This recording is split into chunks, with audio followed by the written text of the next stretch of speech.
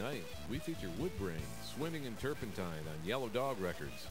Plus, live blues and more Northwest music history with the Fabulous Hammers and Northwest music historian Peter Blecha.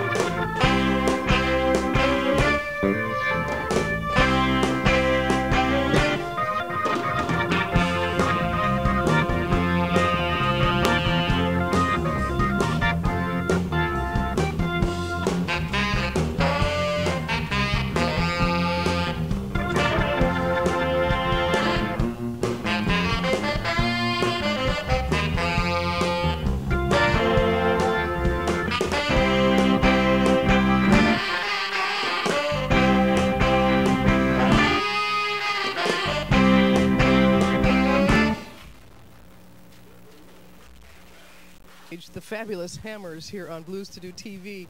And with me this evening, Peter Blecha, a Northwest music historian, and really one of a kind.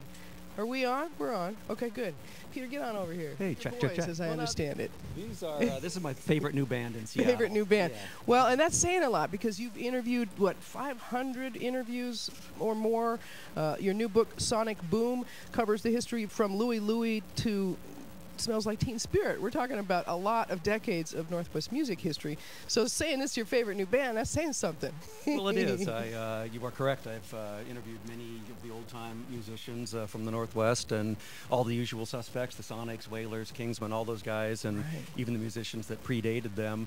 And these guys, when I stumbled across them this past spring, they really struck a chord for me. So kind of scratched an itch, maybe, yeah, huh? Really did. I could tell you're really satisfied when you're sitting back there watching them. You're like, oh man, they're hitting this spot that I've been looking for.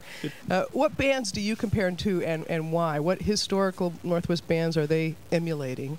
Well, I think the reason that we have them on the show, which is a blues-oriented show, the reason is that they are, to my ear and to my mind, they are the torchbearers of an old Seattle sound that's really rather extinct. You don't hear it in the clubs anymore on new releases by current bands. And back in the day, long before the Kingsmen and Paul Revere and the Raiders, the famous 60s bands from the Northwest, there was an earlier phase or two of Pacific Northwest music, and people call it Northwest rock, but really was a rhythm and blues. It's kind of like what we're hearing here. I don't know if many of the viewers have noticed, but we're not seeing and hearing a lot of guitar solos, and that is perfectly correct for the mode of music that these guys are. Nah.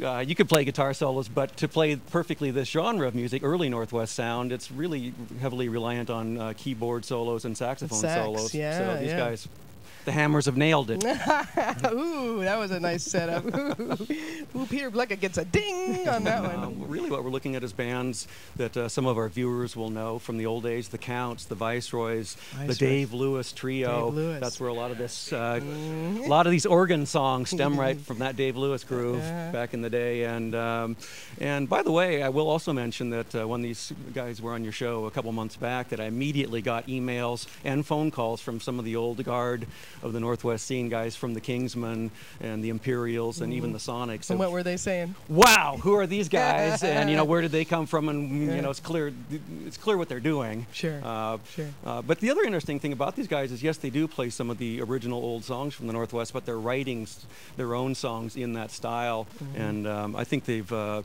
taken the old tradition of Northwest music and they've ramped it up a little bit. It's a bit more energetic what they're doing. It was a little lazier and a little jazzier back in the day, but these guys have the perfect sound for what I wanted to hear this song. Setup. All right, Sonic Boom, the new book from Peter Blecha. I really am honored you came on the show. Would you do that again? I'd love to. That'd be great, Marley. All right, well, and his favorite, his boys, these are his boys, his favorite new band. Please put your hands together again for the Fabulous Hammers. Get some more music on here. All right.